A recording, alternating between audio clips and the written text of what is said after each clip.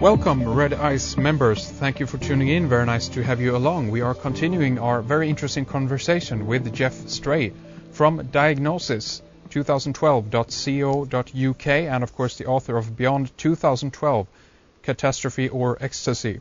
And I want to begin this segment to talk a little bit more about crop circles and the connection to 2012. I know that there have been in the recent years, I guess, a few different crop circles here and there that have allegedly some kind of connection to 2012. Some have said some crop circles resemble Mayan glyphs. We have others that potentially are implying that there is an alignment that seems to point to 2012. I think that the one was this season, actually. And of course, Geoff, you mentioned the very interesting connection between these plasma balls or ball lightning or whatever you want to call them. That I mean, I've seen this video basically where we see two plasma balls going out over a field and basically laying out this crop circle. Obviously, very difficult to say if it's real or not, but heck, it's a really impressive video. Have you seen that one, Geoff?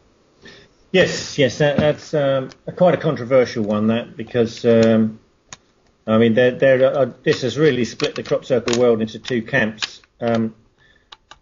The guy who made the video, I believe his name was John Whaley. I mean, you may have heard some of this before, but it turned out that he was involved. His job was in the video making industry, and so people became very sceptical about it. And I think he's actually done a video confession somewhere that he hoaxed it. But then, really, there are other people that are convinced that he was persuaded to do that and that it wasn't a hoax, and because the fact is he showed it that evening in the barge in on his camera as if it had just, he'd just filmed it on his video camera. Right.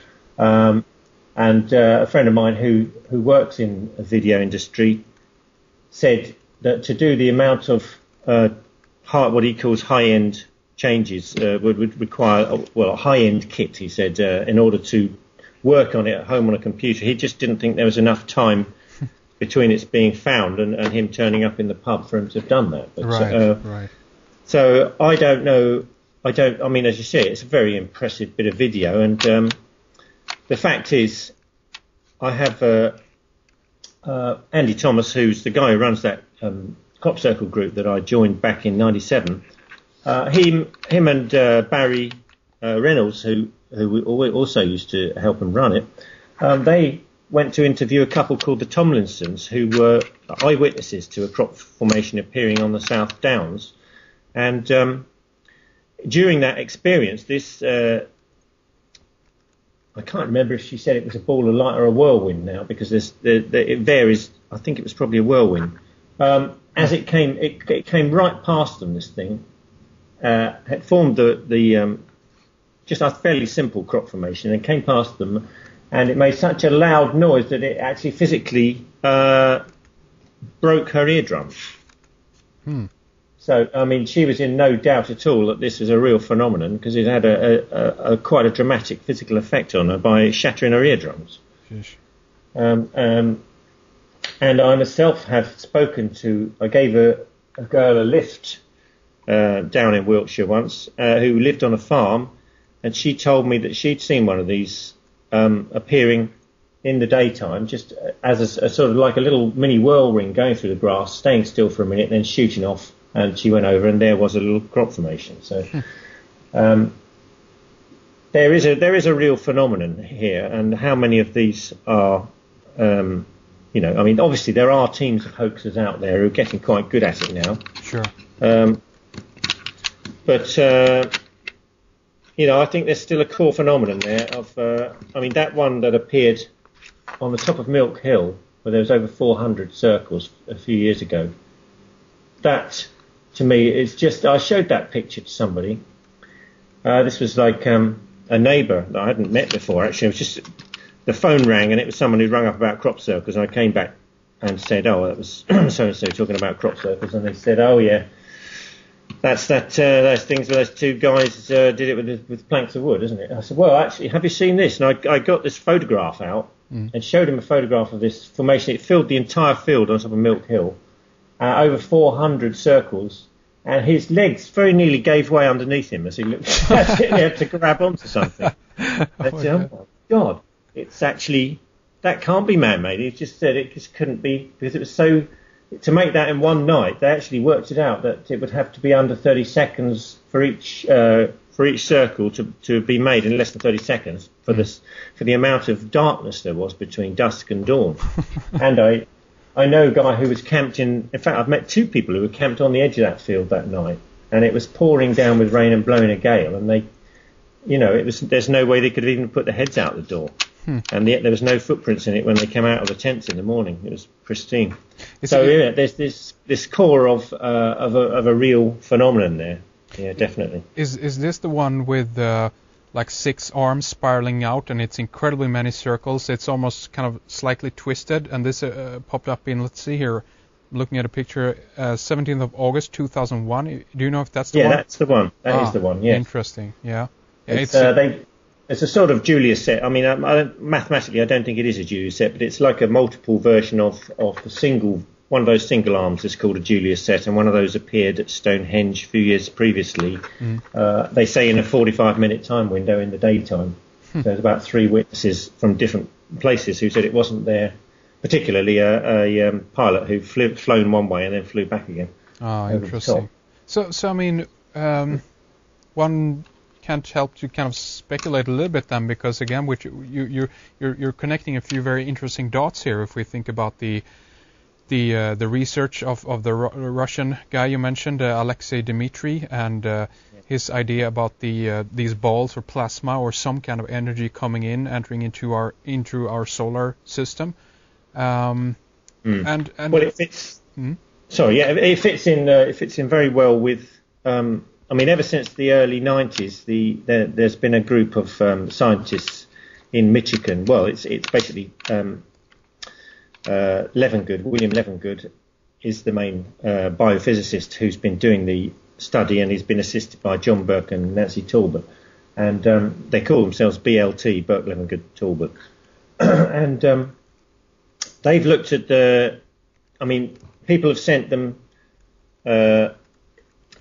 It's all done with the proper protocol, where they take samples at measured distances across the formation and a control sample from the edge of the field, and they found anomalies that most of these anomalies, Levengood hadn't seen them in his entire career as a biophysicist, and that includes exploded nodes, where the actual lumpy bit on the stem, where the moisture is concentrated, that has exploded outwards, so all the sap sort of comes out there.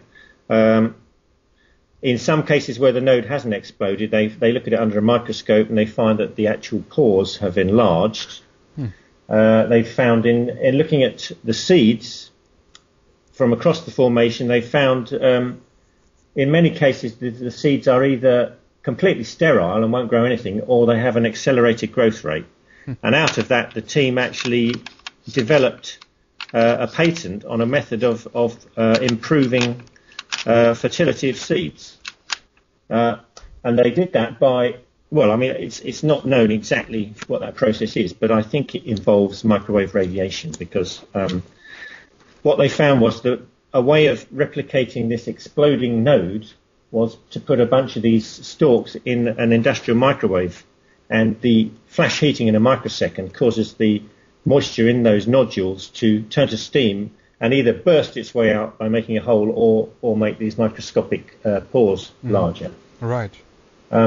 So basically, over the years of looking at these anomalies, there's several other anomalies as well that they found. But putting them all together, they were looking for something. They'd found another major anomaly they found was melted meteoritic particles, which are concentrated more in the centre of the formation, and they're melted into microscopic spheres. Yes. Now, there's a hoaxer called Rob Irving who claimed to have done all that by getting hold of these this spherical particles and going around formations, sprinkling them. But that actually doesn't explain. They found them in a huge number of formations from about 6 different countries. It doesn't really explain. I mean, all of it. No. So they were looking for something that might explain the presence of those particles, something with a microwave side effect and something with a swirling effect. And what they found was they discovered independently from some other researchers that about 80% of these formations are found on aquifers, that is rocks that are very porous, like limestone, green sand and sandstone. Mm-hmm. And that has a quality where water trickles slowly through it and creates an electrical charge. So it's a little bit like a lightning conductor effect where, I mean, lightning is a high energy plasma that comes down from the ionosphere, or comes down from cloud level rather. They were looking for something like that, which would be attracted to this aquiferous geology. Mm. And they discovered that there is such a thing as what they call sprites, which are plasma tubes that come down from the ionosphere, usually above a thunderstorm, right above the storm.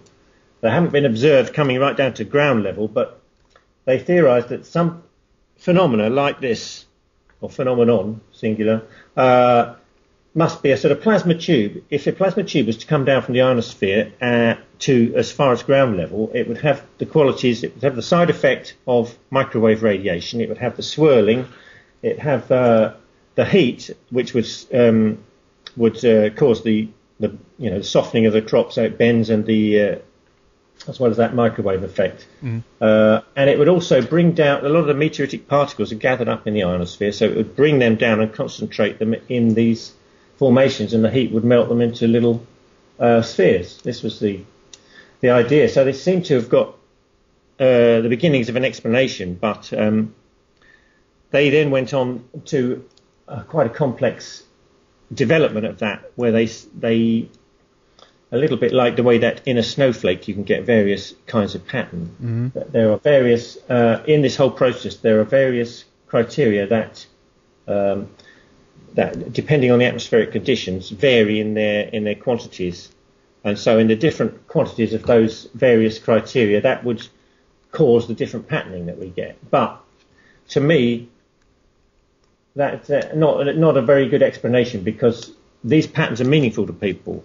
And I mean, as you know, they've read all kinds of things into it, and there are sacred patterns from all sorts of different cultures that bring in all sorts of people into this whole crop circle phenomenon, and it springs out in all sorts of different ways, and sort of gets them interested. It brings people in from all walks of life into the sort of whole paranormal field, and it seems to me that there must be some sort of an intelligence involved at that point, and this is where the idea that these balls of light are involved, because, as I said, there is some evidence that they could be a transient life form that Dmitriev says it's a form between our world and the next world. It's an interworld process, and that because there may be these consciousnesses out there that are having a job impacting on this level of reality, that they can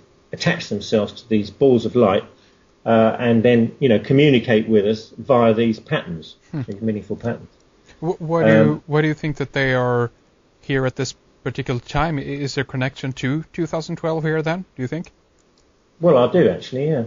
It all seems to fit in. In fact, there was the ex-editor of UFO Reality, John King, had an abduction experience in which he was told this basically back in the early 80s, before the whole thing had really taken off, that there was a sort of triangular area of the West Country of England where a lot of these aquifers are concentrated there, because you've got several lines of hills that all meet. You've got the Chilterns, the Quantocks, and the Mendips. I think there's another line as well. They all sort of seem to meet in the area that meets up around